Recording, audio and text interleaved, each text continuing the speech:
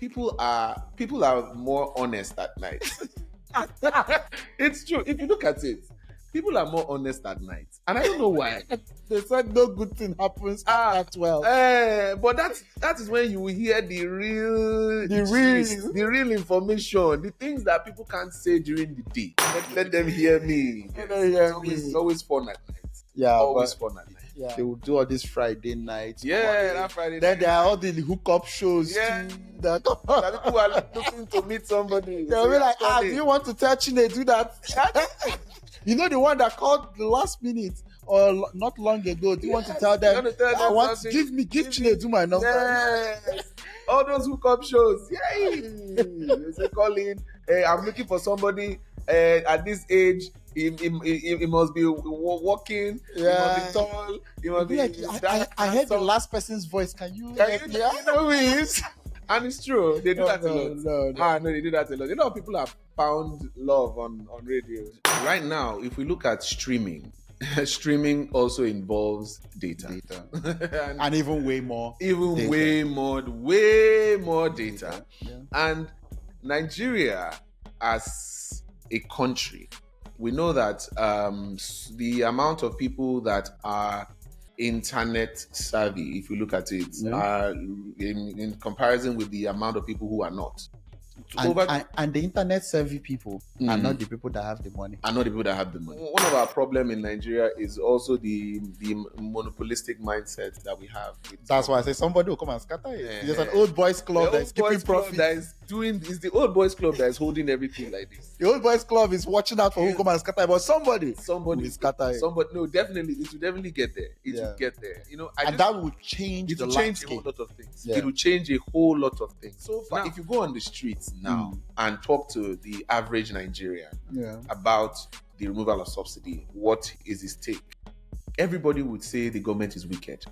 Yeah. Now, we know that the removal of subsidy is a good idea. It's necessary. It's a necessary move. It would have had to be done at some point. Yes. Yeah. But the reason why I say it was too sudden, it was a good decision at the wrong time. One of Nigeria's greatest problems is the fact that we elevate people above systems.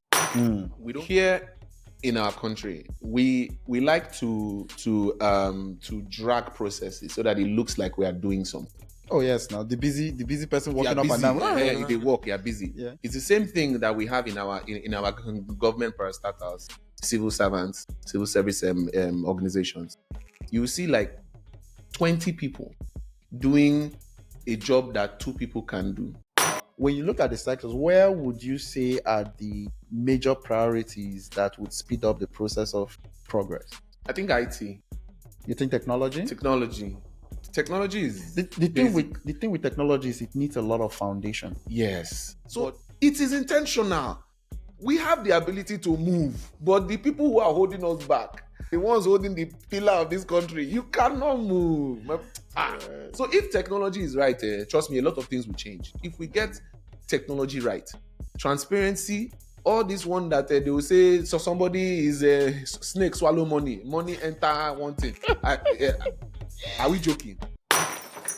Welcome. This is another episode of No Right, No Wrong. My name remains CT Dice, and you're all welcome to another episode. I'm excited. We got something interesting. I have a guest in the house, but before I get to that, I've got to remind everybody, don't forget to like, subscribe, and share the YouTube channel. Also available in podcast forms, audio formats as well, wherever you get your podcast, Spotify, Apple Podcast, and so on. And without wasting much of your time, I'm going to introduce you to my guests. I'm still here in Nigeria, and I love it. And my guest today is EDEWOR. Yes, sir. Thank you so much. And yes, sir. I have you here. I'm excited to get to be here. Glad to pick your mind, basically, and get to talk about a few things. But I would allow you to introduce yourself. I want to also get the name EDEWOR. Yes. Let me introduce myself in the way. Yes. Exactly. I always want to allow the person. Okay. My name is EDEWOR Adreshi. Okay. That's my full name, EDEWOR Adreshi. I have an English name somewhere there. somewhere in the middle. somewhere in the middle, somewhere there, because I rather introduce myself with my native name, because Yes. don't you have another name? I said, no, EDEWOR is the name. Say, which one would I? Just learn it. It's not that hard. The same way you learn David, Daniel, you can learn my name. Yes, so and Sheshevsky. Yeah, you know, and Podolsky. exactly, and we will say it without any problem. Yeah. So that's my name, EDEWOR Adrishi, and my English name is Joseph, for those who want that. Yeah, but that's it. I'm a TV host. I'm a voice actor. Yes, I'm an MC. I MC events as well. I'm an actor as well. So that also is part of the things I do. And I'm also a businessman. Who doesn't do business in this life? Especially in this country. You're waiting for somebody. You cannot do one work. You have to have multiple streams of income. That's how Nigeria is. That's how it has been created to serve you. So yes, these are the things I do as an individual. Yeah. So basically, that's the introduction part of it. No, that's actually great. In this country, as you said, you have to be doing plenty things. You have to be doing plenty things. Plenty things. You can't use one and survive. There's too much. It's like that. That's how it is here. Oh no, that's interesting. I'm gonna start off. I'm gonna start off with a few of the things that you mentioned, just to get a better understanding of who you are. But the first one that actually struck me is when you say that you're a voiceover actor. Yes. So I want to start off because you just caught my interest. What does it take to be a voiceover artist, and what is that? Because I know you gotta put your stuff over different kind of stuff. Like when you describe what you do with that, like, and then do you gotta get the deep voice in? Hello. You see, that is a perception we need to change as well. Because everybody believes that if you say you're a voice actor, you must sound like, ladies and gentlemen, how you do? No, or you'll be like, so voice acting is like acting. You take up characters. You understand? The same way you would get a Brad Pitt to act like a policeman in this movie and act like a criminal in the next one. That's how voice acting is about. And it's about just taking up characters, sounding like them, you know? For most of the things I do here is more of I do radio jingles, I do TV commercials, I do audio books. So for every project, you have a different kind of character you have to play. So it's about knowing the character, knowing how to play the character. Sometimes I'll have to play a character of someone on the streets. You have to actually be able to. So it's about knowing how to use your voice to depict these characters, and that's basically what it is. So it's not just the deep voice. I know. We all think of the guy that did the voiceover for Lion King. Because those are people who are like the world recognized voice actors that we have. Because in Nigeria, I would say it's a new kind of profession here. A lot of people still don't think it is worth doing. A lot of Nigerians, some people don't even know about it. They just know that. Some people don't even know that their favorite actors are actually voiceover artists. Exactly, they don't know that. So if you watch your very favorite animation now and you check the voices, people don't check the credits for the animation, but they will check the one that the person. I don't know who this person is, but what is their name? Yeah, but the animations, if you check, you'd see that. All the Vin Diesel, Leonardo DiCaprio, they all do those stuff. They all do The Rock, Johnson, Jamie, all of them. All do these things, and it is $1 billion industry. It's huge, right? And even for here in Nigeria, it's growing because people are just are getting to understand that you can use your voice to make money other than singing. Because I can't sing to save my life. So if they say come and sing as just stop it. That's not good here. But you can use your voice to make money.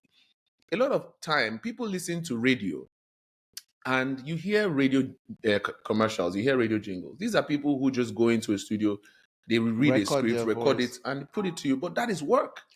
And the thing is, a lot of people that do it don't actually add it as part of what they do. They don't. And I feel like it's a it's also a failure of marketing yourself that way because Exactly. people might need those services. Let's say advertisements on Yes, radio yes. and stuff. It's basically voiceover. That's it. That's Artists it. that is. A lot of time, most radio OAPs, Yeah. right? People who work in radio or TV, they're the ones who have probably access to a studio, and they Yeah. just tell them, "There's this commercial. Can you read it for us?" They'll just read it, and when they ask them, "Who did it?" You have to ask them, "Oh, is that your voice?" Yeah, I just did a recording. But they don't add it to their their bio or whatever. They don't, because you're missing out on something if you don't add it there, because it's actually a service and it's a very service that if most people knew, bro, they are probably going to be very good at it. Bro, I make money from voiceovers more than I make from a 9-to-5 job. That's interesting. And many people in this media space could be able to do it, but they don't even know that it's something that is out there that's in demand. Yes, from the comfort of my home. I might just be at home and I just get a script. I'm like, oh, come and record. This is what I record in. I record it in my house. I send it to the person. They send me my money. And everything is complete. I did not leave my bed. I was just there. Recorded, sent it, approved, sent, and that was it. I've sent voices abroad because there are some sites that you can register online where you can get to sell your voice. Might need that Nigerian accent. They'll be like, since you cannot get Nigeria, can I get somebody in Nigeria to give us a Nigerian accent for a scene? So you have people, these opportunities are there. But like you said, a lot of them don't put it as what they do. They rather say, since nobody knows it, let me just say, okay, I'm an actor. Yeah. That's it. But this part of the industry, it gives you a whole lot of money, and anybody can do it. That's the thing. Anybody. And it's just something that people have not actually noticed, because I think also what happens with it is people that are already in the media space gets to do it a lot. But I don't think they know that they can actually sell themselves a little bit more as a voice over actor. Yes. And there is a significant demand. There is. For it. There's a high demand. You put it on your bio, I thought that was different because there's enough that you can put there. But for you to specifically be like, I have to put it there because I know how much of value that has brought to me, the fact that it's there, and people say, oh yeah, you're a voice actor. I say yes, okay. Can you send me what you've done? Let me hear. Yeah. And I send you a couple of jingles and things I've done. You'd be like, oh wow, were you the one who did that voice? I say yes, I was the one. But nobody would know if I didn't put it there. And I was thinking I was going to do something. Now that I found you, can you just do it? I say, so if I didn't tell you, this job wouldn't have come to me. You see, guys. That's actually a thing that I noticed there, but that's actually nice to actually know that there's people actually recognize and there's a market there, and there's a way to actually push yourself there. What would you consider the kind of voiceovers that you've done that is really fun for you? Okay, I've done a lot of voiceovers, but I would say the ones I enjoy the most are radio jingles. I know, right? You can play a lot with it. Yes, I enjoy. What about the pigeon ones? You don't come back. I do all of them. Now, I think for me, I was right from when I was young. I've always loved the media space. Growing up, it has been one thing I've always wanted to do. So from young, I've been listening to radio. I always listen to radio just to hear how people sound. Yeah. I just listen to the news, listen to the announcements, listen to jingles. It was fascinating for me.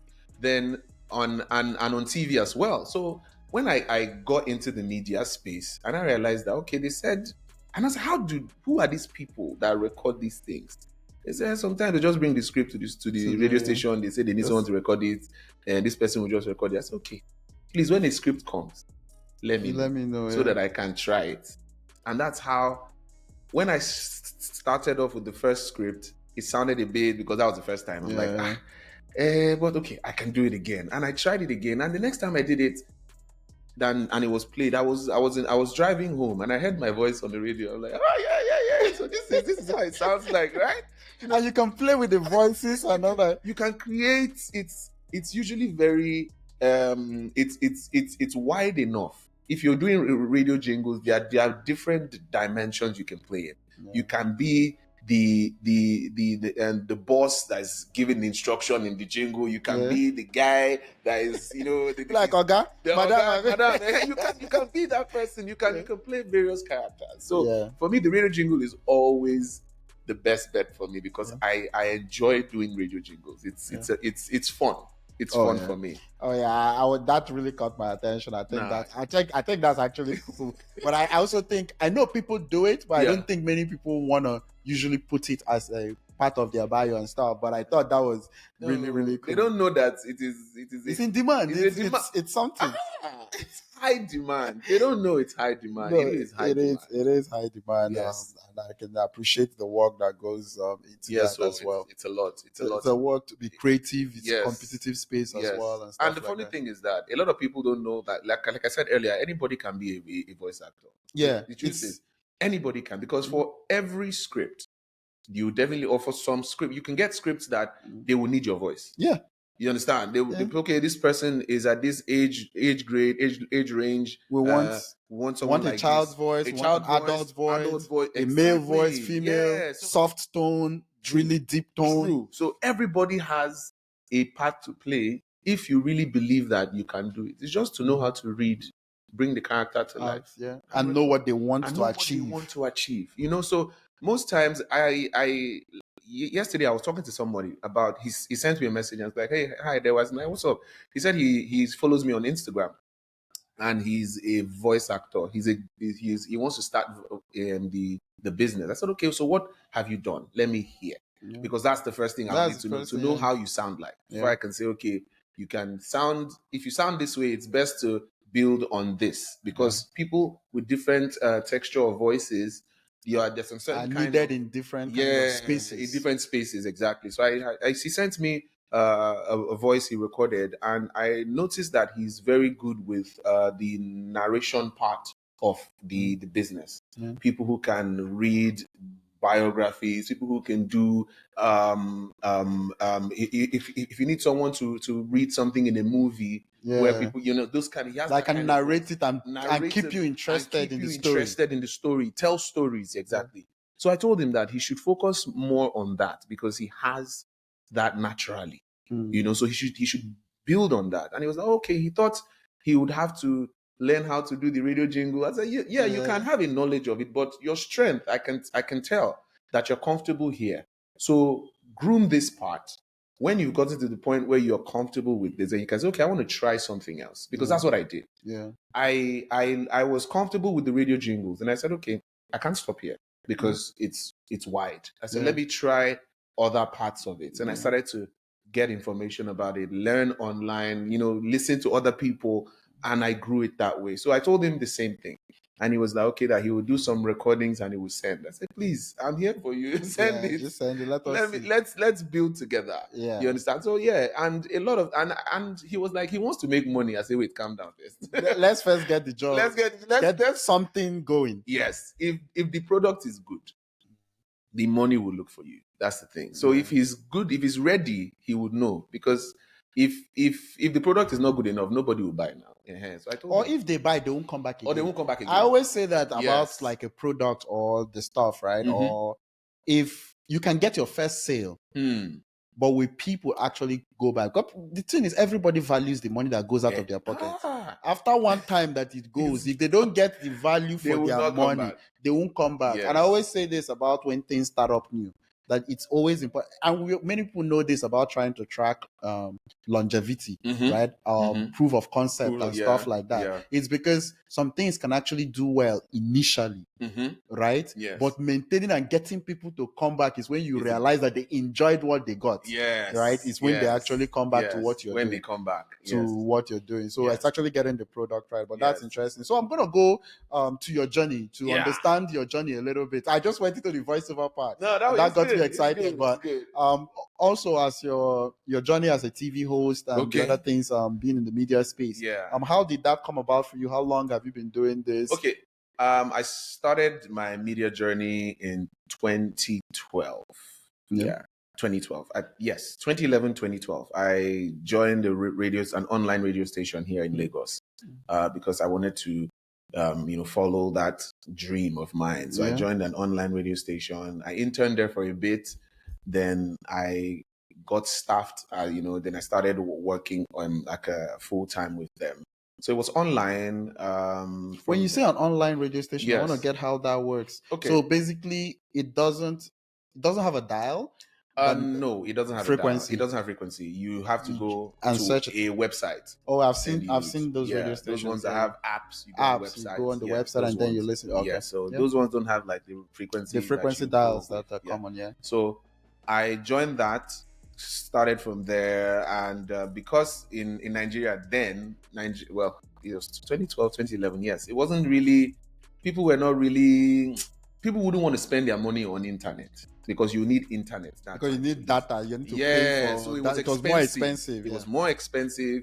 You have the few people that would listen to you are the ones who are ready to spend money, and Yeah. then because of that, we would have more listeners from outside the country. That are tuning in into than within the Nigerians country. listening. Yeah, so we had a lot of people from other parts of Africa listening in, from South Africa, from maybe just Africans, Yeah, just checking in, around yeah. the world. Yeah. Then when I left there in 2013, then I joined Cool Wazobia Family. That's Cool FM, Wazobia FM. Yeah. I joined their family in 2013, and there I did a couple of shows with them. That's radio. That was on radio. Then from there, I also did. Then the TV started because they had like a TV station come on board. They opened 2 TV stations, Cool TV and Wazobia TV. Yeah. Okay. Yeah. So what year did that actually happen? yeah, it started exactly 2014. That's interesting because I remember when Cool and Wazobia started, but I think I missed when they actually became a TV station. I did miss when they became a TV station because I know recently I heard that I was like, Cool and Wazobia is not a TV station. The roots was from radio. Yeah, it was from radio. Yes, it was from radio. But so do they also operate like the same way like local channels, NTA and stuff, have a dial and stuff? Then they were operating on terrestrial and the DSTVs and Go TVs as well. So they had the channel and everything, and it was good. It happened. I was there for a while because that was where I groomed myself more on television. Yeah. Yes. From there, that was initially actually where the voiceover thing started professionally, from TV there.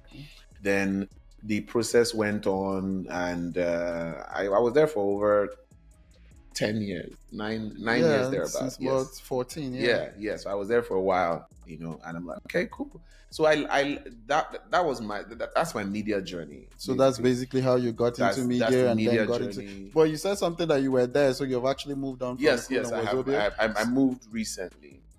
Would be to a private or to a different? For now, I'm focusing on doing some private things for myself, private projects for myself. But still, I'm also looking at getting back to radio. I think I find more comfort in radio. Oh, really? What part about the radio programming do you like a lot? Like, there are different types of programming. Yes. There's the whole music host. You have the late night calling host. You have the people that just keep it entertaining while the music is going. Afternoon show host, guest interviews. So what part of those radio things that do you love to want to go back to? When I was there, I had the opportunity of touching almost all of them, because in that system, when you join, they would put you through all of them so that you can have a feel. Oh, like different segments, different sections. Yeah, you can do the morning, do the afternoon, do the evening, like that. So they put you in these different belts so that you can learn and experience all of them. So I experienced all of them. And for me, I would say the late night is really a good time. I think that might be the hotspot that everybody is trying to get. The late night is really a good time because I think people are more honest at night. It's true. If you look at it, people are more honest at night, and I don't know why. They said no good thing happens after 12. But that is when you will hear the real gist, the real information, the things that people can't say during the day. Yeah. Because in Nigeria we have laws, media rules that you can't.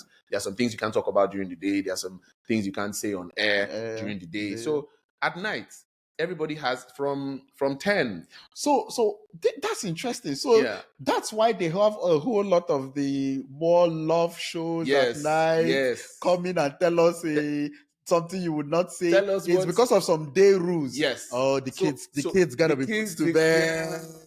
Because all these things you can't say them because of children. You can't do that. You can't not while they are still listening. Not while they are, So at night, people come and be themselves. So on a show where there was a time I was running one of the night belts, and I was talking about, I think the conversation was about, it was relationships related. We're talking about relationships, and I read a story about a guy who was giving money to his girlfriend, or his supposed girlfriend, and he realized that he was paying for her school fees. Yes, he was paying her for her education in school, and after that, he was hoping that after she graduates, she will become his wife, get married. The same.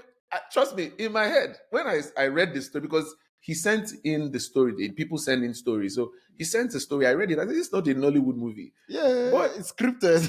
But it was exactly what usually happens in a Nollywood movie. Yeah. The guy sends her to school. He knows her family members. He even visits them. He gives her mother money, blah, blah, blah, blah. Yeah. And in school, the girl has another boyfriend in school. Yeah. That they both... the one that helps with the assignments. The one that helps with the assignments. And the campus boyfriend. The one that is always there at night with her, So it got to a point that he was like, he realized that she was drifting away. What should he do? And then I opened the phone lines for people to, come in and comment, give advice, comment, and I was you'll be blown away by what people were saying. Nigerians. I want to hear Nigerians. So someone said that, first of all, the guy is an idiot for paying money on a woman's head that you have not married. So you have not secured it yet. You have not secured it and you are spending money. I said, well, maybe he was in love. He said, yes, he was in love, but is he blind? Didn't he see that if he's paying the money now, the girl will fall in love with somebody else? And then you spend the money, then the girl will not even look better. She look better. And with the prospect of education. Added. So it is. So a lot of people called in. People were like, hey, the advice they'll give him that he should just move on because he cannot force the girl to love him. Yeah. And someone else said, so if he wants to move on, that he should tell the girl, he should bring receipt of how much he has paid and take it to her parents and bring collect receipt money. And be like, or even though you don't take it to the parents, another option is to take it to the new man. To the new man that wants to marry. You'll be like, CEO, I think you want to collect. This is give me back my money. So it was funny, but these are things that people were going through. Yeah. There were different ones. Some of them will call in and say they are in an abusive relationship.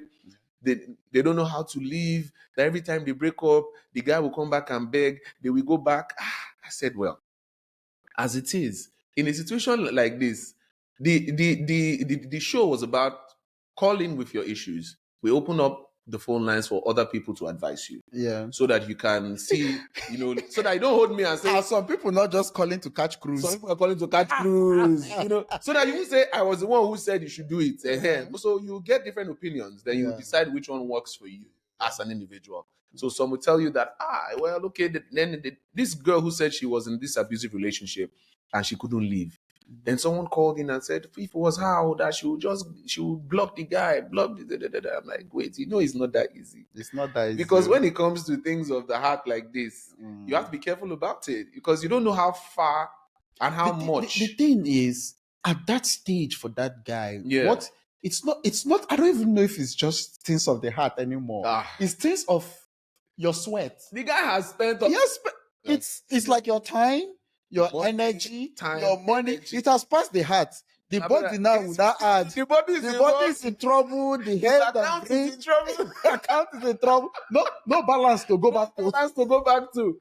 So hoping that maybe the girl would fall and they will marry and the story will be like that. No. I don't think that's how It has passed heart, because to me heart is when the things are more like I don't even know whether they're delusional kind of. Heart is like very utopian. That's the right word. Yes. The heart is to me is utopian. When it has reached where you have met a family, you have contributed. He has paid. He said he paid his the girl's mom's hospital bills at one time, and I say, yeah, this is serious. Serious.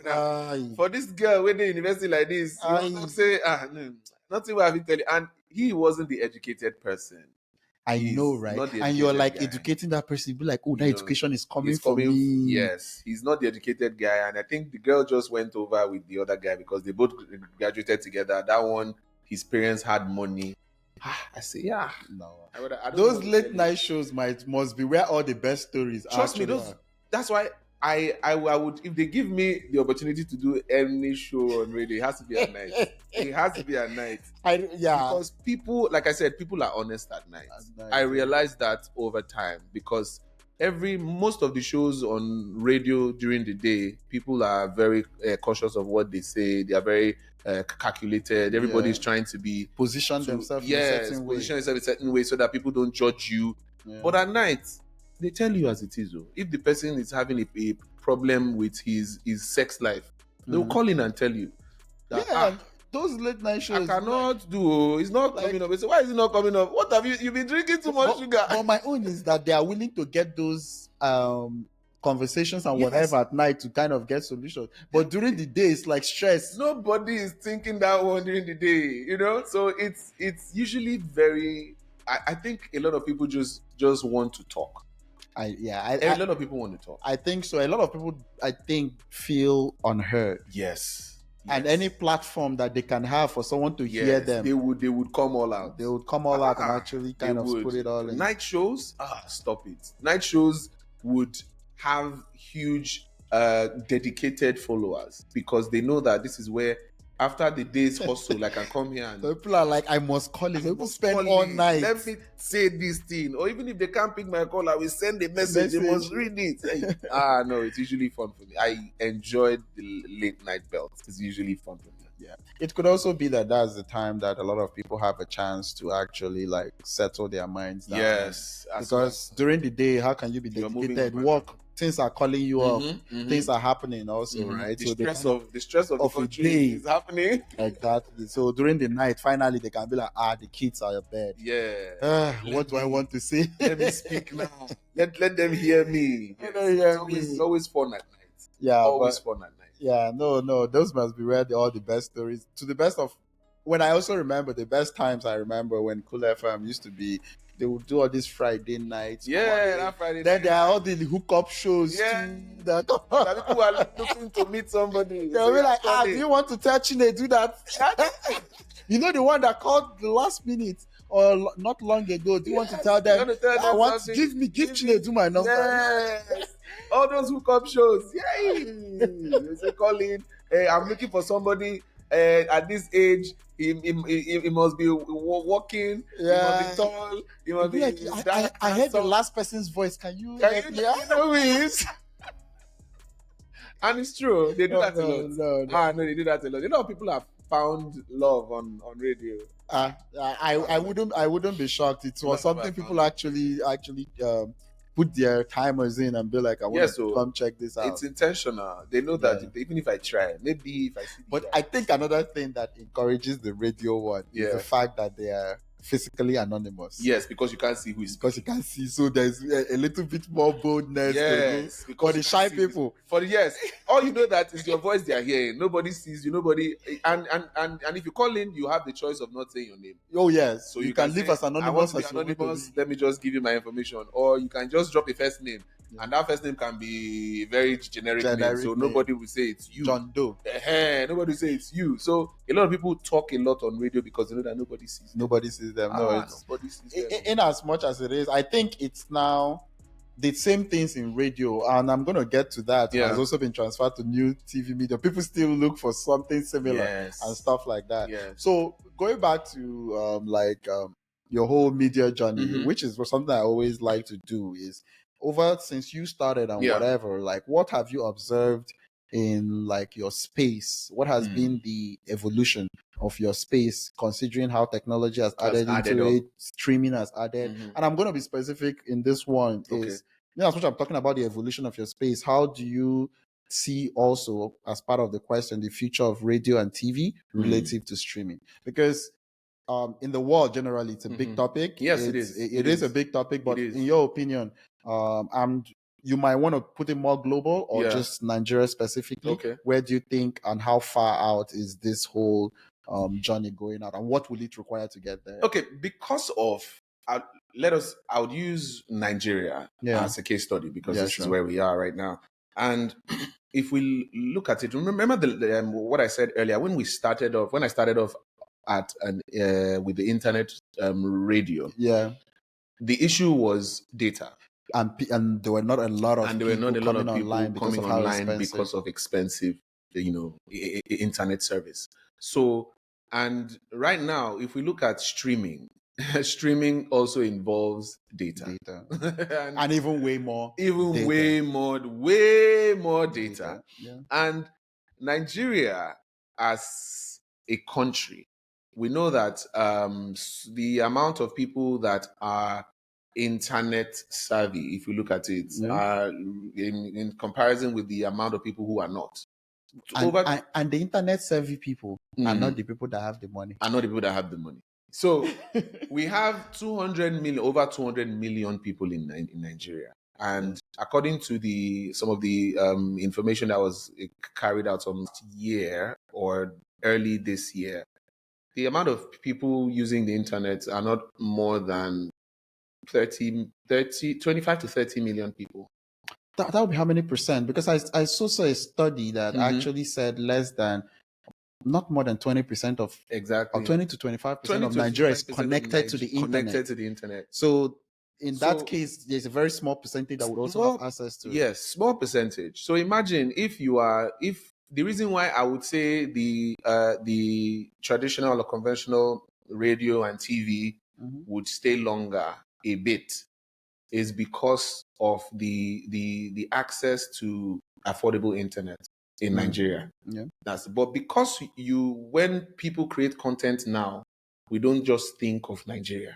Yeah. You understand? We want to put it we want to take it out as global as possible. So most people who create content now don't think of, I want to do a show that I go and put on television, or I want to put on radio alone. It's okay, I want to put on radio and TV because of my local space.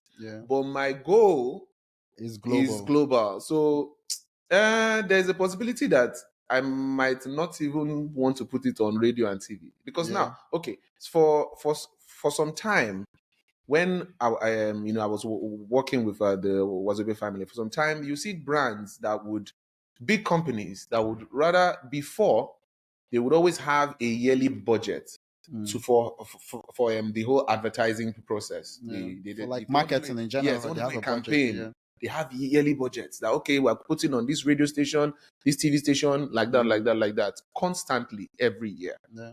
Now, the amount of money they put started to drop. Why?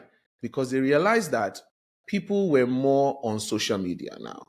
Right. So you would see if you want to do a campaign of probably 20 million naira or 40 million naira that they would have given to a radio station to buy spots that they will air for probably the next 6 or 2 to 3 months or 6 months, they rather divide that money, take probably 10 million naira and look for influencers online.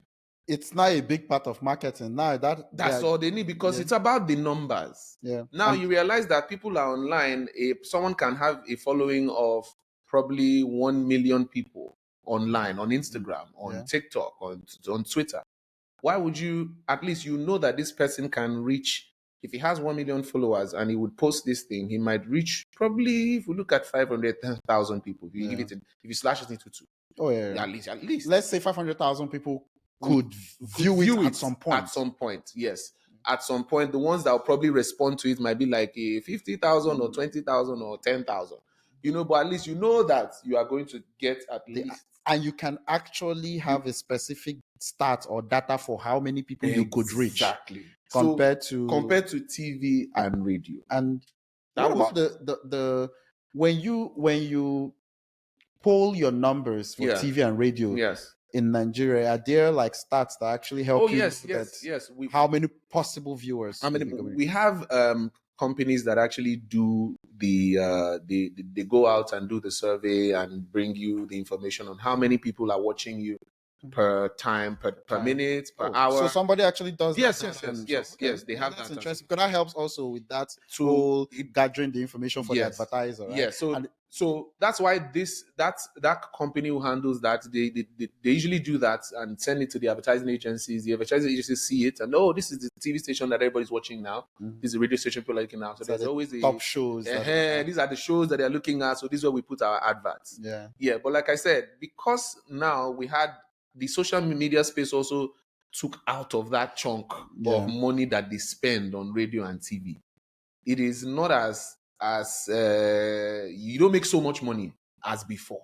Yeah, and also the advertisers are not willing to pay as much, considering the fact that your reach is also a little. It has reduced. It has reduced, basically. People would rather the company wants their product to be in your face as you go. But if you put it on TV, you have to meet the product on that TV at that time. At a specific time. That's why when we talked about how many people view the content, I said at that moment. At that moment. Because it might be 100,000 today. Then there's 50,000 that can come 5 months, 4 months from there. As long as that post stays online. Exactly. So most times, I think the reason why it would evolve at a point is because of where the money would be going to. You understand? The reason why the reason I say it at a point, because our first issue is internet service that we don't have that is cheap. Yeah. So that is also going to delay the transitioning from the regular TV, radio to streaming. Because how fast has the price of data reduced? That's an interesting pace, because let's say 2012. It was like nobody wants to do that. It was expensive. But I've seen it now. It's not as expensive as it used to be. Yeah, it's way more affordable now. It's way more affordable. I think you see that's why the increase in people, the people who use internet it moved up a bit, because now the price you used to pay before for internet has dropped a bit. Yeah. But it's still not as affordable as it should be. It's not as affordable as it will get there. Why it will get there is because of competition. Yes. Somebody is going to come in and give 100 gigs. If not for competition, our internet service data pricing would have still been up there. If not for competition. Because what many people don't understand is that once you put a tower up and you're providing cell service, internet doesn't cost that much. Yes, it doesn't. And somebody is going to... And somebody will come there. Somebody will come in and be like, let's do this. This old boys club, I'm going to scatter it. Yes, that's it. And then it becomes a snowball effect in that matter. Because once you have the tower up there and it's providing you cell service, right? That's... If you're a telecommunications company, you have that. The capacity to have internet added for it is not as expensive as they would make you think that you're paying for it specially. Yes. The capacity is not that expensive. It's just one of our problems in Nigeria is also the monopolistic mindset that we have. That's why I say somebody will come and scatter it. There's an old boys club that is keeping profit. It's the old boys club that is holding everything like this. The old boys club is watching out for who come and scatter it, but somebody will scatter it. No, definitely, it will definitely get there. It will get there. And that will change the landscape. A whole lot of things. It will change a whole lot of things. Now, TV was, if you look at it, when the digital television came into Nigeria, before it was the conventional terrestrial TV. Yeah, then like on your AM, your signal receiver, your before you even get DSTV and cable networks. Yes, when the cable networks came in, it now became a level of competition. People left DSTV, CTV, Go TV, High TV, Hip TV. As they all came in, it became another competition entirely. So now it was now who would give you cheaper. Let's give a cheaper one. Do you remember when they used to tap? You just use one antenna. Before you know, tap it. Before you know, you are receiving it to your house. Somebody will figure that out too. Yes, so it was that. If that didn't happen as well, it would have been another. We would still be in the old, boring age of. And to me, that's why I think competition is always very important. People don't actually get it. Competition is actually very healthy. It actually helps everybody. Because without competition, the old boys club or the old girls club, they would not let. They would just, it's a monopoly. The same thing. Yes, it would be the same thing and all that. So I think it's going to happen at some point. Obviously, it has improved over a while. That means it's moving. Things will be moving, but it can move faster if this old boys club and old girls club, they're powerful club. They are the ones holding the economy. So if they say yes, it's yes. If they say no, it's no. If that changes, I'm telling you, the speed would be faster. The same way we have people spend more time on social media. Yeah. People watch skits, watch videos. People, if you check the average Nigerian, the average youth, if you check his phone and to see how he spends his internet the time a day, you would see how much of internet he's using per day, because he probably just watch a skit or watch a video or listen to music. So people are willing to actually shift, but the powers that be would not old boys club. They won't let us shift like that. Because until they die, old boys club, they won't let us shift. Anybody. No, because they need to keep on making the money from the people, because they know that if they shift, the money is going somewhere else. Oh yeah, and that's the problem. It will actually move out from their hands. Yes, it's going somewhere else. It's in this same Nigeria. They wanted to pass a social media bill. Yeah, that they will have to start paying some tax over some videos that you post, because they realized that influencers were making money from social media. Yeah. And who would you blame? The company see that this influencer has followers. The company wants to sell their product. It's the followers they have. At the end of the day, it's about the marketing. How many people can I get through? Can I reach? Yes. It has always been a thing. Marketing has always existed. It's just that we have new forms and mediums right now that is actually working, and then there is technology actually boosting that and all that. And there has to be an adjustment with the times anyway in that sector. But yeah, I would think that industry, the traditional media like TV and radio might be one of the most impacted industries by social media and tech and it would, and the www and like the online industry. That's why if you check it now, most radio stations are also going online. Yes, I also noticed the other day, like Cool FM has a whole channel. Almost all their programming now, you can find it online. Everything is online. It's almost like you gotta keep up with the times and you die. Yes, you have an online radio where you can, the same one you are listening to in your local space, you can listen to it online. Because they know that it will shift. At a point, it will get that point where everybody will be online. Yeah. So they've moved already. They've shifted already as well. So and I noticed that most of the private radio stations and TV stations in Nigeria have also adopted this idea of moving their stuff online as well. Yeah. Because they know that with time, the youths now everybody is too much on their phones. Yeah, nobody is focused on, okay, let me turn on it. It's 8 p.m. on Wednesday. I know this program is coming. No, that time has passed. That time has passed. Let me just go online. I will see the program. Anytime I choose to watch, I go. It's not about the TV station telling us when to come and watch it. Nah, that time has passed. So I would say it's still evolving to that. There's still a huge presence of TV and radio. No, there is right now because of the data price. Data price, the level of access to the internet. Yeah. Because there are a lot of areas in Nigeria that people don't even have lights. Talk less of internet. Where do you want to see internet? If there's no light, there's no water, then it's internet you want to put. How? As you have said the lights, then we can go to a topic that was very interesting to me recently that is going on, which is the recent removal of the fuel subsidy and the impact it's having on the country. The impact of fuel subsidy removal. From what I can see, based on where you are, the price of fuel is going for over $600. Depending on where you are, it can basically be way higher or you are in. Different price. Yeah. Every state has. I think that's more common. It's hard to regulate price. Yeah, it's hard to. So every state was the fuel subsidy was the fact that it was too sudden and it was too high.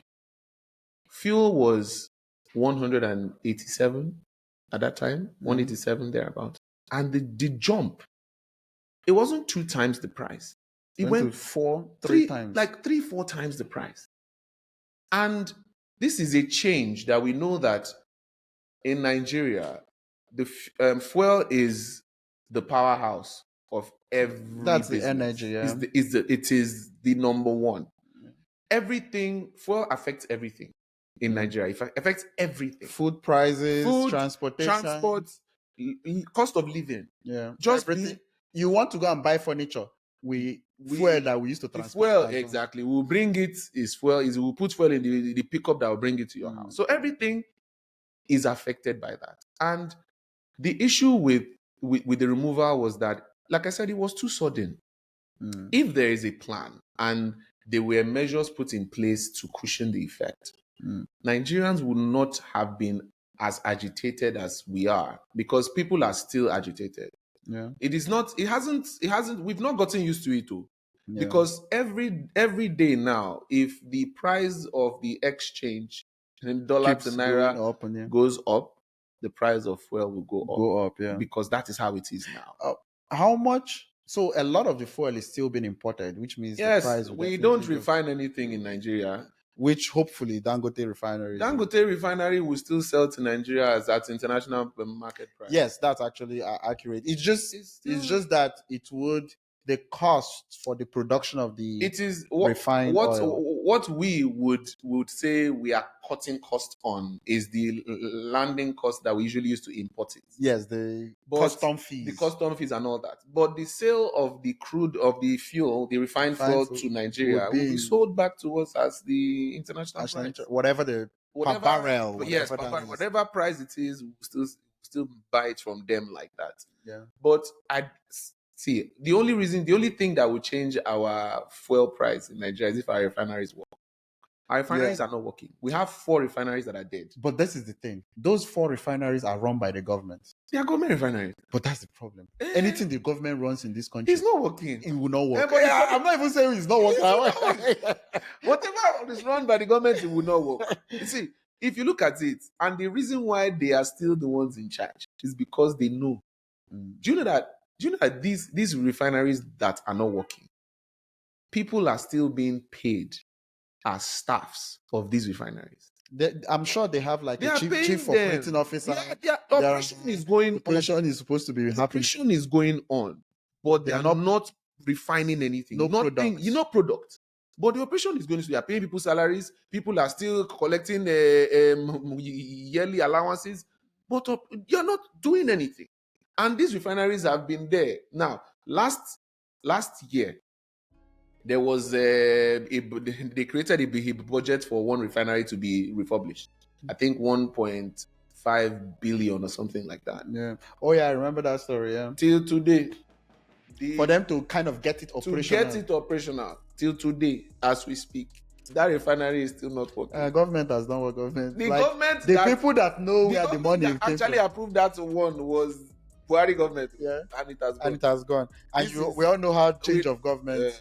And even if it's the same political party that is still running, it's still change of government. No. But you have to ask, it's probably the money that they used in getting into office now. Money has gone. So he needs to recoup what they've spent.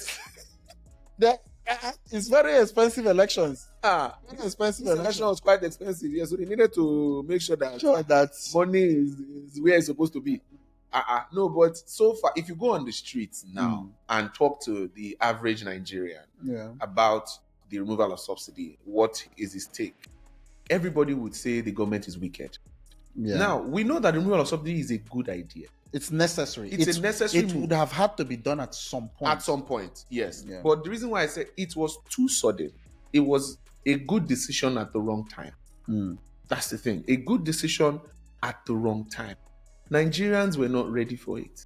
We don't have a transport system that's run by the government that is functioning.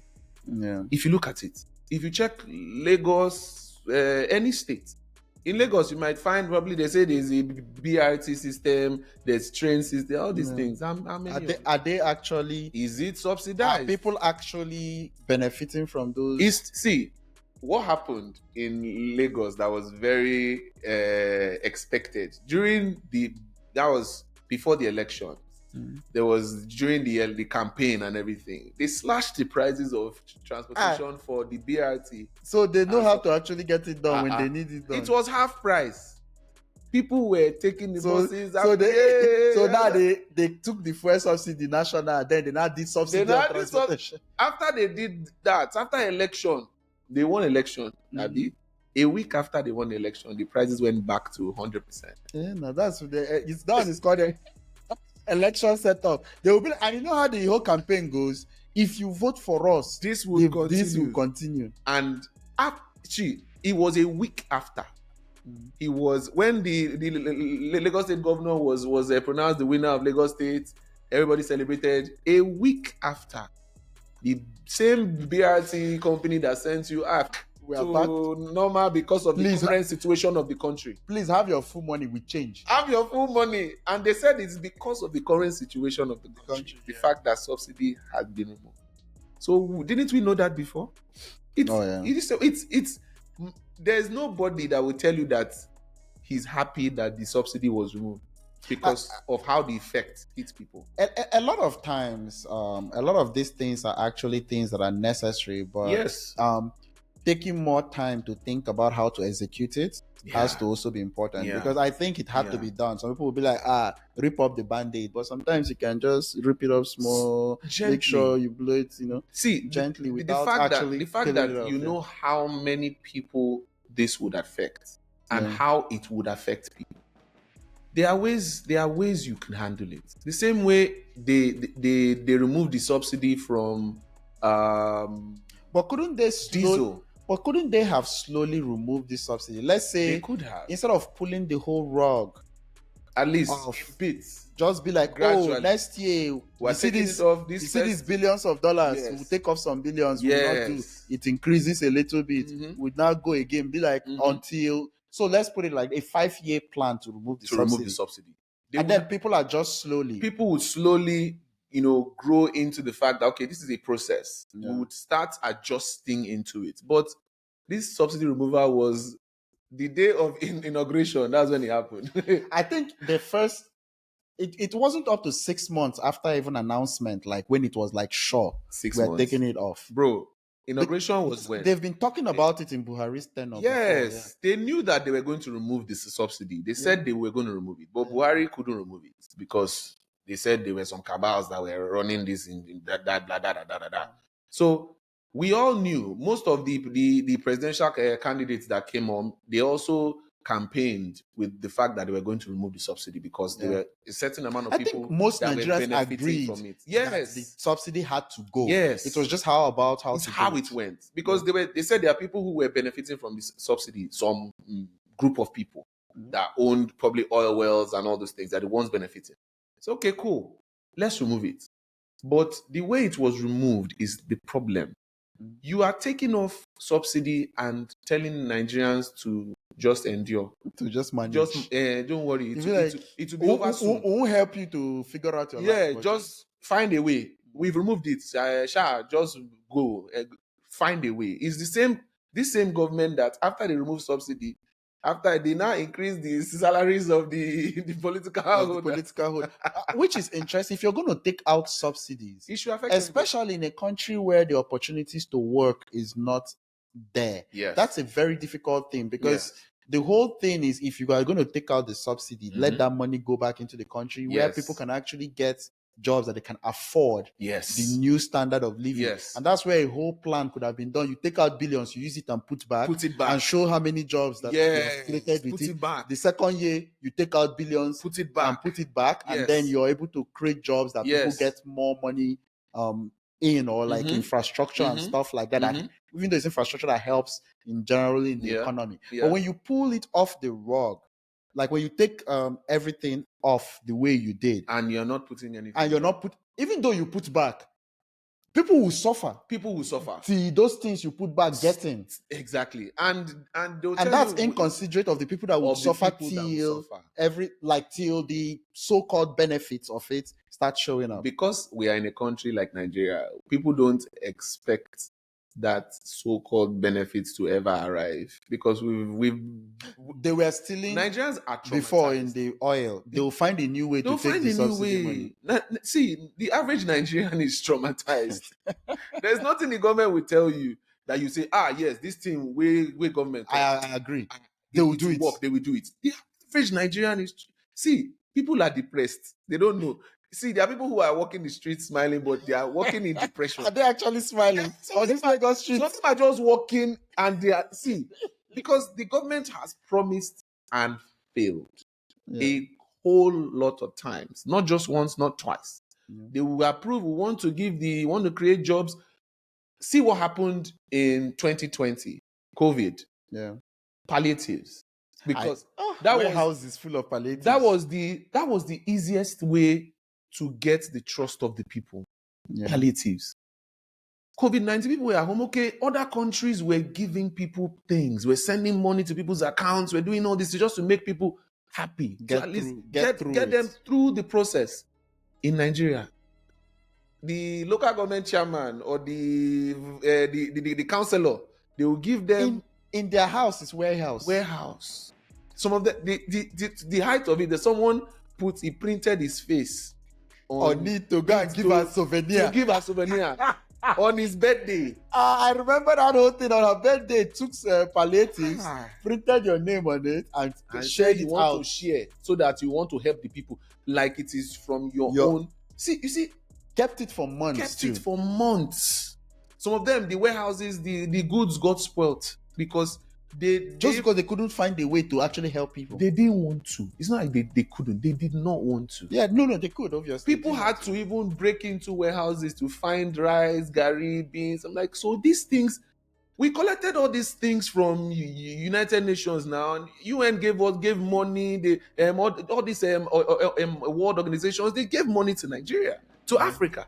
But our so-called leaders, so how do you think an average Nigerian would trust anything that comes out of the government as a promise? It's not possible. No, it's not possible. It's something that will take a lot of time. It will take time. That building trust is going to take a lot of time. For me, I would say it will take a different generation. The thing is, even though that is said in a whole lot of ways, theoretically and realistically, that might be the case. That might be the case. You know what I mean? A different generation. Years would have to go for people to get to that point. But what I always say is, even though it takes those years, whether it's our generation of people at this time, have to do their part to set up the foundation for that positive. Yes. Because what people don't understand is there is a chance for things to get better, but don't get it twisted. There's also a chance for the future to be horrible. Totally. So if the people now are not doing what can set it up to be better, it's only going to get worse. There are countries that are war-torn countries. They never knew that they would be where they are. Yes. When you think about historically a country like Iran and stuff like that were big, powerful countries, would they think that they are where they are right now? This level. If someone saw how they were growing, right? So in as much as some people are like, this generation has to help.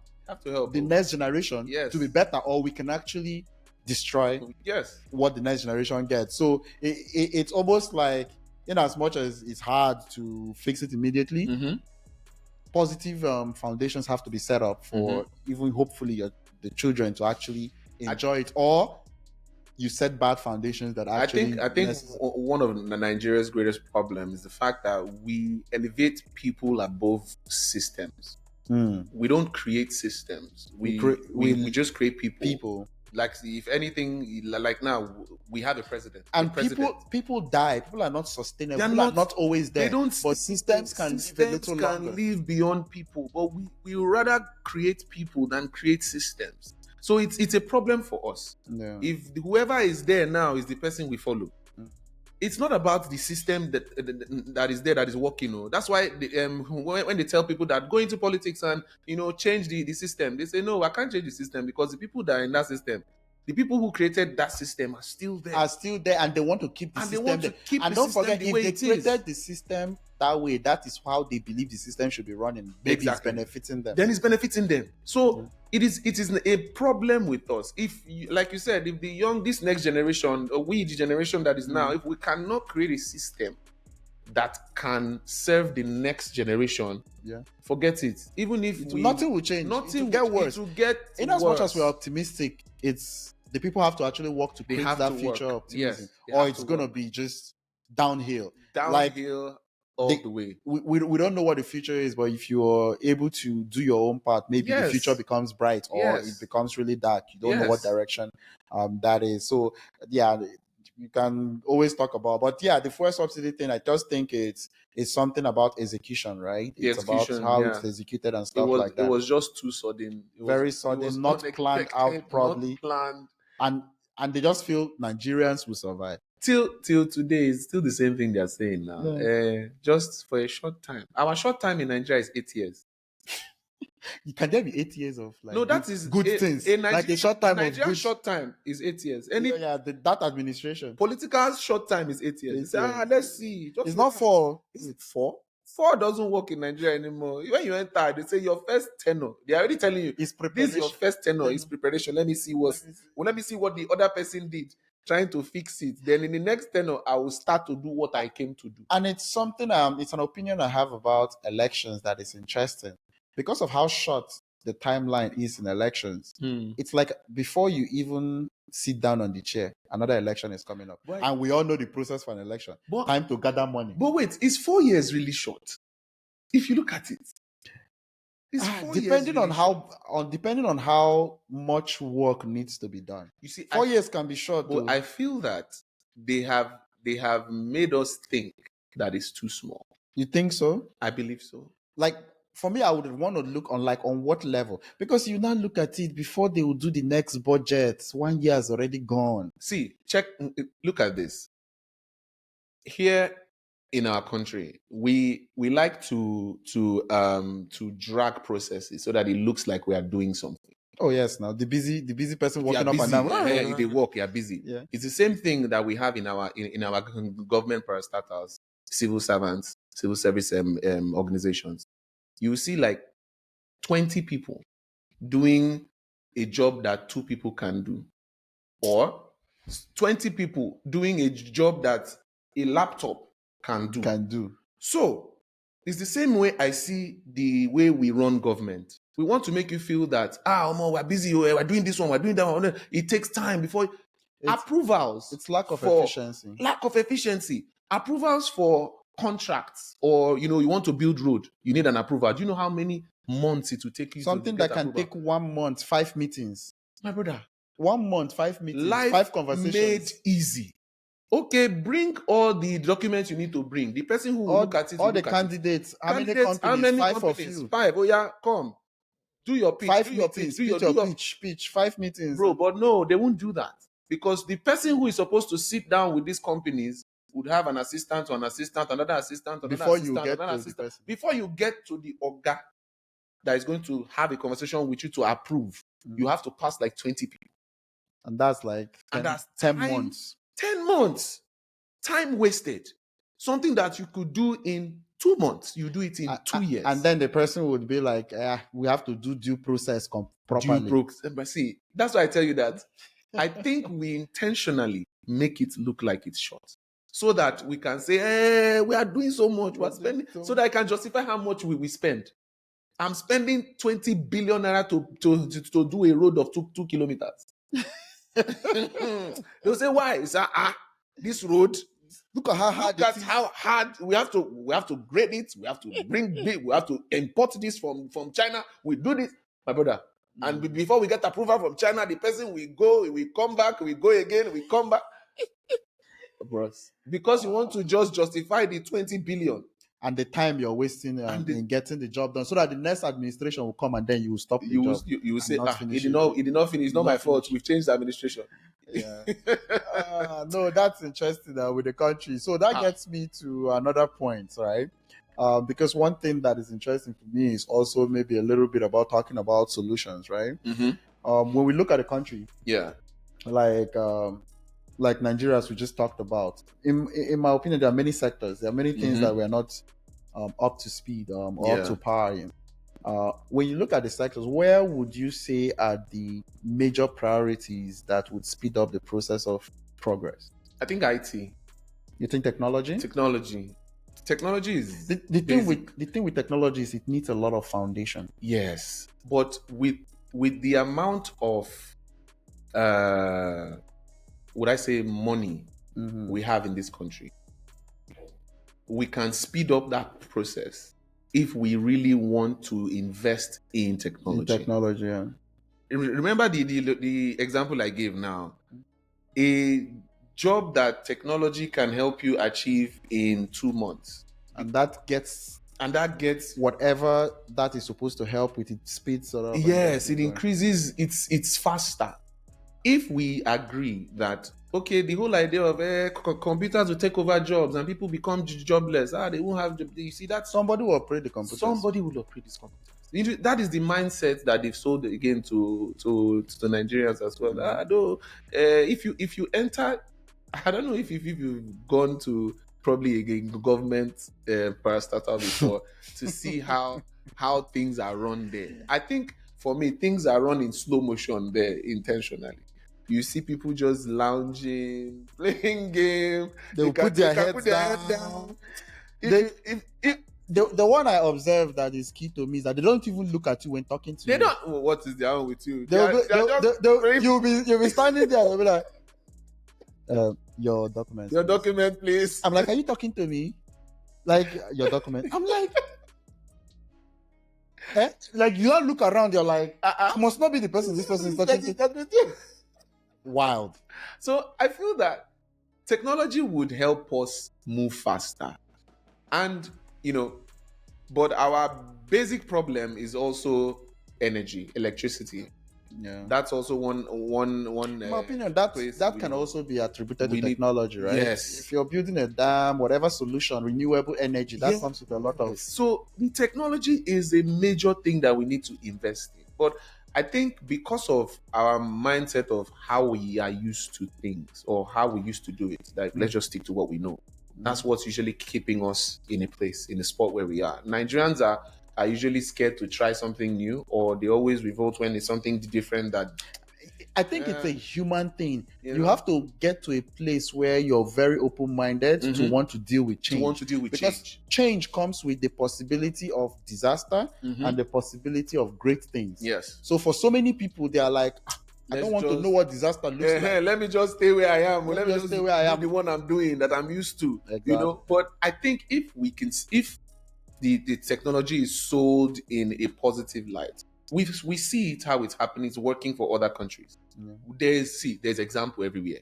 These same politicians go out and they enjoy those things. So why don't we just bring these things and replicate it here? The same way you would go out and you enter a speed train, and in short minutes and hours you are in one state to another without stress. Which goes back to those technology and infrastructure, right? Getting it here. I think that's also the other complicated part is, do we importing every single one of that technology and kind of locally sourcing for technology, or locally training locally and people, stuff like that? Because when you do it locally, it's way cheaper. It's way cheaper. But unfortunately, I don't think we have a mindset or a notion that it has to be from outside. no matter what Because it the is. thing is, the technology we're copying or we're thinking about is from outside. It's from outside, Because we don't research and do a lot of development inside. So it has to be from outside. If right? the same way you said, train people, Yeah. send people out there. We have to learn it. learn But it. the important part is let them come back. What are they coming back to? That's the thing.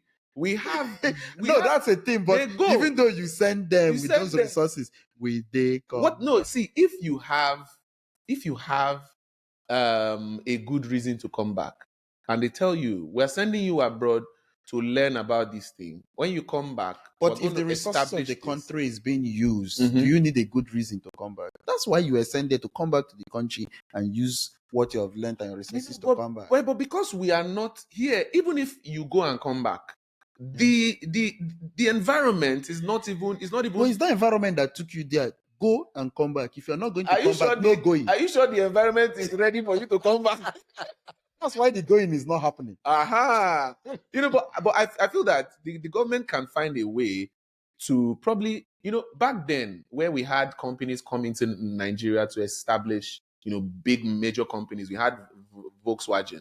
They were making cars in Lagos. We were putting cars together. There's IVM, right? Nothing Motors, right? This is just one Nigerian man that decided to do it now. That is getting it done. Now, what's stopping the government from saying, okay, we see what you are doing and it's making sense.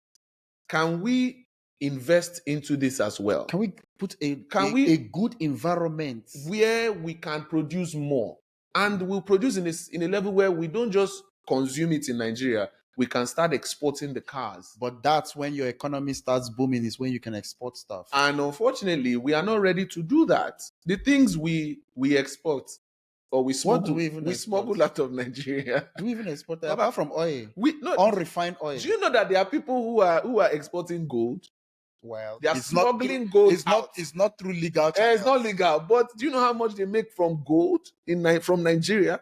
And we have it, but because the chairmen them are the ones on top of it, nobody can say. Nobody's even telling us how much gold. Are there accurate information about how much? There's no accurate. Even the crude oil. Till today, we don't know how many actual barrels per day. We don't know. We don't know. Classified information. It's classified. If you know it, then you must be one of them. You classified information. You can't know that kind of information. No public records. No public records. It's for certain people. And when you talk about technology too, one way it can also be used is to create proper transparency and records, right? Exactly. There's something in Nigeria. Data. How do you hold anybody accountable? Come and tell you, oh, now 1 million they gave to me. There's no paper trail. Is there? Where is it? How do you know? Who approved it? Bring proof. Who approved it? There's no proper system to create accountability. They don't go into a ministry and be like, every month they are telling you their expenses and their income, so that journalists can actually go in and do their job. See, they know that if technology takes over, it will become transparent. So they would intentionally not let it take over. If the reason why I'm always falling back to the example of the civil service is that there are people there who do things, money pass like this, money hand here and there.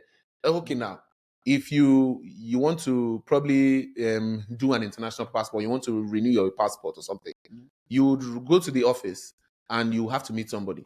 And the person will tell you, okay, I'll take you to somebody. But before I take you to that person, you have to give me something. Then I'll go and give that person. Then that person will do your passport. Then it will come out. You see, that process is what they like.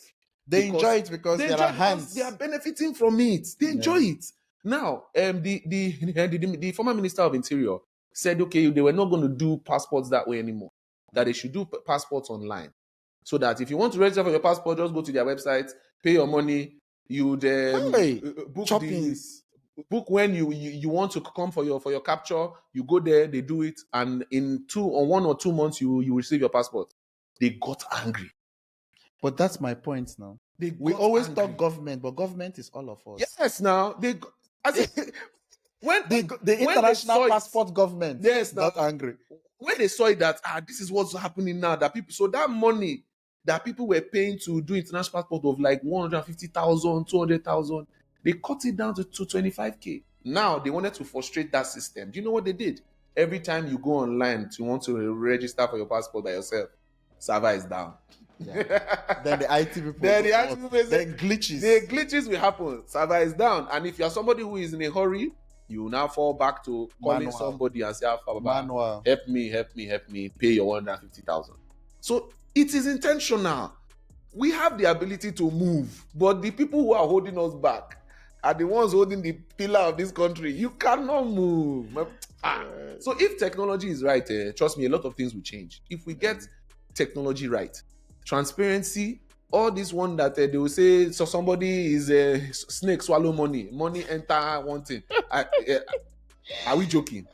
Monkeys and snakes and carry money up and down. You will just stay in your house. You see in the news that they broke one man's door. Dollars, naira. Okay. Are you a bank? Why do you have this amount of money in your house first? It's because he's one minister of one thing. So does he work with CBN? Is he holding the money? First of all, that money was printed in CBN, right? How did the money leave CBN? Allocation. Allocation. It's okay. It's personal allocation. You tell me that money was not signed for. That's my problem with transparency, because when you have to sign for things, people actually kind of take more care. Or at least they become smarter. They find another way.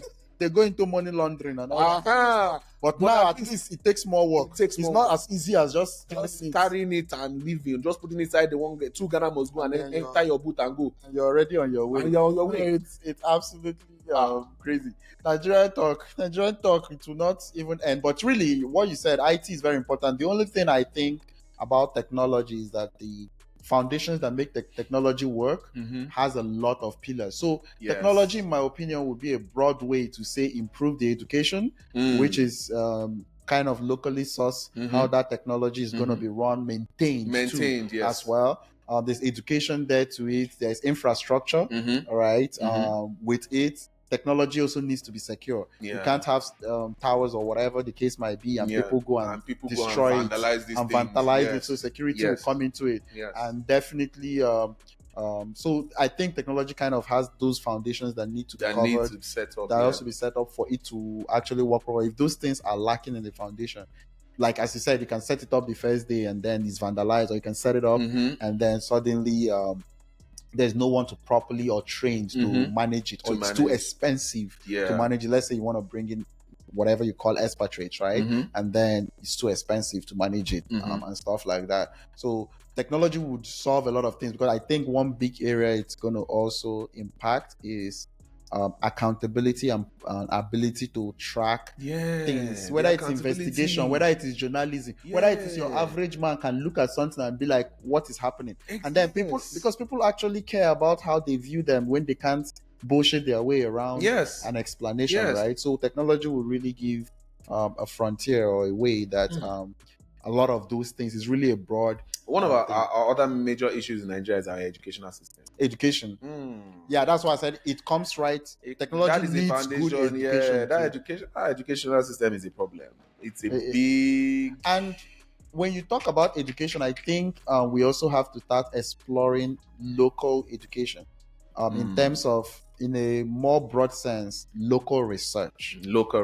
Yes. Because we need to start researching and putting our minds to work for things that actually work for our society, our geography, and all that kind of stuff. We are learning about things that other people. The reliance on all that, they're not researching and doing those things for you. They just sell it. They just sell it to you and you pay. And you know, when you pay for it, there's a place that you're paying from. There's a service that you're giving to pay for it. So even in the education is the encouragement of allowing people to think more locally and find solutions way more locally, because when the solutions are coming internationally, you pay the more. Education internationally, you also pay for it. More. You pay a lot, and you're getting that payment from somewhere. You know what I mean? And that's where sometimes some people, it's just a thing. So the education, kind of thinking of education from a local standpoint, thinking of research, but research that actually helps your own people, that's focused on Nigeria itself, where you can find solutions that are our kind of solutions Mhm. that people need That people can actually benefit from from directly, right? directly. If whether it is food, all those kind of things, Yes. whatever research that can actually improve You and know, reduce hunger and all in those stuff. in Nigeria, last year, it had like a serious month that had rainfall Yeah. and flooding everywhere. Yeah. Those solutions has to be Those are solutions that we can those are solutions that has to be locally solved. Yes. Because when you wait for international people, their terrains and all that is a little different. It's What they are trained different. for is different. Even if they come assist you internationally, they will charge you. Ah, You know what I want mean? them to leave their own comfort and problems. come and help you solve your problem. You will pay for it. You will pay it. You And will pay well. And those are things that we need to consider. Like, as you said, those drainage systems, like, we need to find a way to be more innovative and research. But that takes investment too. Yes, if the And old way is not working, try a new let's way. try a new way. Try new policies, try new Try a stuff new way. to But we actually always like to stick to the way it is. Let's just leave it because somebody is benefiting from it. Let's just leave it. the person benefiting is not open to any innovation. He's not open to solve innovation. a No, problem. he's not. He's not. Yeah, Because so- anything that will cut his money short small. No. Yeah. The normal billions I'm collecting every month. You want to cut it? No, don't worry. Let's just leave it as it is. It's okay. It's okay. People will be used to it. Leave it. And that's the problem. Yeah, no, and it's the people like it's a mind. I call it a mindset of not looking at, because in a way, if your community is doing well, you're doing well. You're But doing not well. many people think like that. Many Yeah. people think that this As community long as will kill me. as long as I'm okay, I'm okay. The community, I mean, not concern me. Let me just focus on myself. Everything is intertwined, right? Yeah. So Yeah. so it's really interesting. But as I said, those solutions, hopefully it's conversations that the country and people keep having. And yeah. people keep thinking and innovating and actually getting done. True. And one thing I would like to see, because what people don't understand is a lot of the developing countries, a lot of what they do is about local solutions. Yes. Then when the world wants it, you can now export it and sell it to them. That means you're giving out something. But when you're always taking and you're importing, China is the biggest example that it's the biggest and most recent country can look at. China is the biggest example. Locally sourced, they became a manufacturing hub. India is now becoming a huge manufacturing hub. Yes. They know that if you can solve problems people locally, will people will come. If they come and see that this problem they are facing, you've solved it or you've given it, yeah, please. And then it's done for a cheaper rate than they can. Yes. People will always come. Yes. And that's what we as the country need to learn. But because I think the policies, the economy, the people running the economy, they don't really see things from that perspective. They see it as, okay, if we're doing for foreign investments, I think the problem is on those things. Many of them don't actually know what to do, and they don't want to even know. They don't want to. They just want to know that they are exporting oil, and they kill and do anything for that oil without asking themselves other things that are happening in the country. And you know that from this same crude oil that we're exporting, do you know how many other resources you can get out of crude oil? Oh yeah, if you refine it. We only focus on fuel. The byproducts and fuel. Byproducts are so many, but we don't focus on these things because we feel that the world does not want to buy it, so it doesn't. They'll buy it. But we don't think that. We don't think that. We think it's the fuel, the crude oil. Let's give them. Then we could use the fuel and we're okay. Do you know what was interesting to me is even when we had the whole issue with like militancy and like. It amazed me when you actually when I watch documentaries about the capabilities of the people with little resources to refine. Yes. These people, most of them are self-taught. People were refining in their houses. Yes, refining. And I'm like, people are able to figure this out themselves. Why in a large scale can't we get like all the reason why Nigeria has brilliant minds. The reason why the refineries are not working is they don't want it to work. That's the only thing. It's not as if there's something that has not been figured out in the world. They don't want it. They don't want it to work because that's what I'm saying. Like locally sourced people are figuring how to refine it in their house. Yes, obviously it's not top quality or whatever, but considering the little resources, they were refining it and they were using it. Yeah, they were using it. So it's not like it wasn't good. They refined it and they were using it. Yeah. So it's left for the country. They don't want to fix the refineries. It is an intentional act. Yeah. I see it as an intentional act. Like I said, the government will make it seem as if they are doing so much so that they can justify how much they spend. Yeah. And so, our Nigerians, who are we? If they say, if they shout, all of us keep quiet, because that's how we are. Yeah, and that's the thing. The system has to be implemented. No, that was a beautiful conversation. Nah, Thank you bro, for no wahala now. Thank you for coming in and giving your opinion and take. And I think there were a lot of things that actually became more clear by having that conversation. So I'm just going to go and ask a dilemma question, basically. And it's just basically the why that's important to me. Okay. When I ask these questions, really it's the why, because you can go with any of the answers. But there was something... So basically, my opinion, right? I think there are different ways that people approach things, like in terms of either talent or stuff like that. But if you were given two options, and one of the options was that you were great at one thing, but basically, for lack of a better word, sucked at the others, or were very mediocre at other things in your life. Let's say, even though it's career, right? But you're great at one thing, you're like super, super good, but you sucked in many other areas of your life. You had that option. Or you had an option to be balanced and average. Not the best at anything, but you're really good or good at several things. But, that just keeps you just a balanced human being, right? And then you have the one that, let's say, everybody thinks you're Michael Jordan in one thing, but every other area, you're just mediocre. I wouldn't say you're horrible, but you're just mediocre. In your opinion, what seems like a better option for you? Because don't forget, you're MJ, you're like Coca-Cola, you're like big in one area, but you're giving people diabetes. You know what I mean, right? So something like that. But in other areas, you might not be talked about, but man, everything got balance and stuff. Well, what is more appealing? Now that you use the example of Coke, for me, because of the kind of society we're in, and I think the way life is evolving, I would rather be average and every other thing. Yeah, like I would say good or average in every other thing, so many other things, in so many areas, than being a superstar in one and not so good in other areas. Because how the world is now. You should have an idea of so many other things, like versatility. Yes, and it's always good to be that way, I think. But don't forget though, your name will live forever.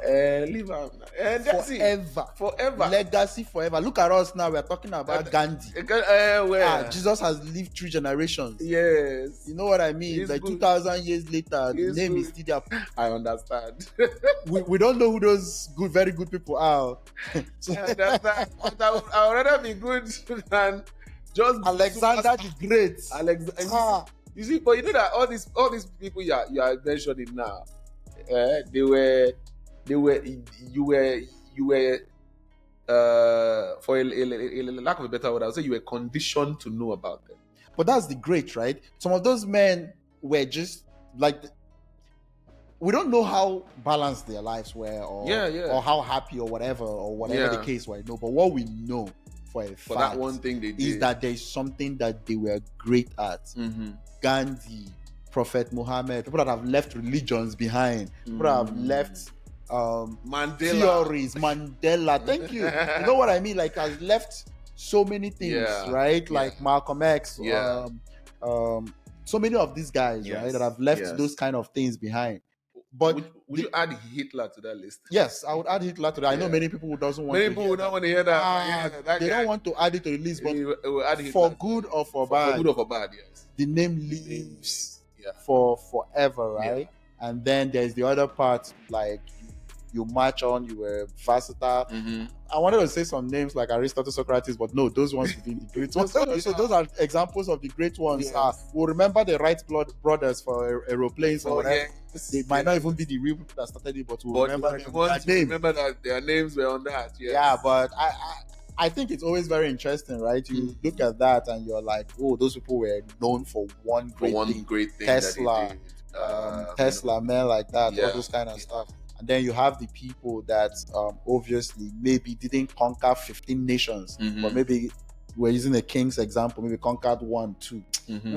But are they Alexander the Great? Did they create a new empire? Yeah. Did they create a World War One or a World War? You know those kind of things. Yeah, so it's just, it's not like you're not great, you're versatile and stuff, but you're not infamous or famous for a single thing. I think it's an interesting. I think there are many people that would take the infamy, because I hear a lot of people when they get on their competitive conversations, they are like, I'm very ambitious. When I hear someone say I want to leave a legacy, that's really what they mean. Yeah, they want to leave a mark. You want to leave a mark. You want to be the one. You have to. There's a special. I want to be that one person. So there are definitely people that appeals to as well, and then there are the balanced people that just, instead of, because in my opinion, right, why that question is kind of interesting for me is that I think we all have 24 hours in a day. True. I think millions of humans are excellent and amazing. But I think the main difference with most people is when you're trying to be great at one thing, other things will suffer. Definitely. You have 24 hours in a year, the other person has 24 hours. If I'm learning 3 things and you're learning only one thing, the chances are you're going to be way better than me at the one thing that you keep doing every day. Yes. But I will be better than you, will be clueless about the others. The other things. I might not be great at that thing, you're better than me, but I might be better at something else because I'm using my 24 hours to do something else. So that's why, for me, that question is very interesting. Because I'm like, you have to pick a part. I think most individuals pick a part. You either become very good at, because you have to spend 24 hours. Obviously, some people don't do any of it. It's true. Yeah, there's some people that choose that their own, but they are good at, maybe they are good at sleeping. They are good at sleeping, just chilling. Exactly. I'm the best at chilling. And they are the best at chilling. We will not remember that one. But I'm talking of people that actually work or whatever, right? Yeah. Let's say 2 of you work. Creating an impact. They are creating an impact, right? Some of them create in multiple areas. Yes. Because they spend their time learning multiple things. Yes. And then there are people that create impacts, are so good at one thing, and they might not be clueless about how to handle other things. True. Because in my opinion, obviously, there are some people that are smarter and greater, but really it's how you spend the time you have. Spend your time. What are you committing to your life? Like as you said, if you spend 15 years in, let's say, media or whatever, and I'm busy hopping around, the chances that you know media more than me, but you might not have an idea of something else. What else you're doing out there? Yes. So I think it's a very interesting thing. But it's true. Yeah, it's true. Yeah, and there's some people, and based on, I could also maybe a little bit guess that that's what you think. Because in the beginning you already said it. I like to put my hands in different things. Yeah, so I like to. If not, the other person would be like, I'm going to be the best journalist ever. You know what I mean? Every other different styles. I want to focus on this thing. People like that. And I always tell people, when you look at great people at one thing, don't expect them to be great at other things. Some people put too much pressure on them. If they are great at that one thing, the chances are they are not good at other things. It's funny how well, that's how people see people. Yeah. If you look at someone who is a successful businessman, and you be like, for this guy to be a successful businessman, then he must be a good teacher. Not necessarily. Because he might have taken so much time to be perfect and be good at, and he might not even have the ability to teach you what he has done. Yeah. You just if you can work with me, you will see what I'm doing. But for me to start teaching you what I did, I don't know how to. And then you will see some other person, the little that they know, they will communicate it well. You know, so that's one thing that we also need to get to understand, that because he's great at this thing doesn't mean he knows everything. And then the person that usually knows everything is probably not as great at everything. Yes. It's a very common trend that I find. It's the way they look at us in media. If you see you on screen, they believe that you know everything. Yeah. So people think you know everything. This thing that this person said. But you know what's interesting? You actually have a platform to know more than most people. Let's say a newscaster. Let's say you're a newscaster. Every day you're getting information. The chances that you're up to date on what's happening, right? Yes. You might be a good communicator of the news, but you're also getting information. You're getting information. So in some instances, they are kind of right, but sometimes they expect you to know in-depth information. Yeah. I can't know in-depth information about everything. Yeah. The same way someone will walk up to me and be like, so this thing that this government official did, and I'm like, I can talk about it because probably I read about it. But they're not asking me deeper information about it. But wait, I don't really. They're not asking about their wife and their son. I don't work with them. I don't know them like that. The information I have about them is what I've told you. And then Exactly. that's as much information as That's I as have on what has much. been Exactly. I've received. No, Yes. but that's interesting. Thank you so much. No problem. Let me Thanks. see if I EDEWOR, right? EDEWOR, yes, that's EDEWOR, it. yes. Yes, Thank you so much for coming. I I'm really glad. do appreciate it. This was a I'm beautiful glad. conversation. I enjoyed it. For everyone that's listening, hope you enjoyed that as well. Taking you all into Nigeria and Yes, what's going on. I hope you all enjoyed it. This is No Right, No Wrong. My name is CT Dice. My guest is EDEWOR. And that's a wrap on today's episode. Don't forget to like, subscribe, and share. And peace, everyone.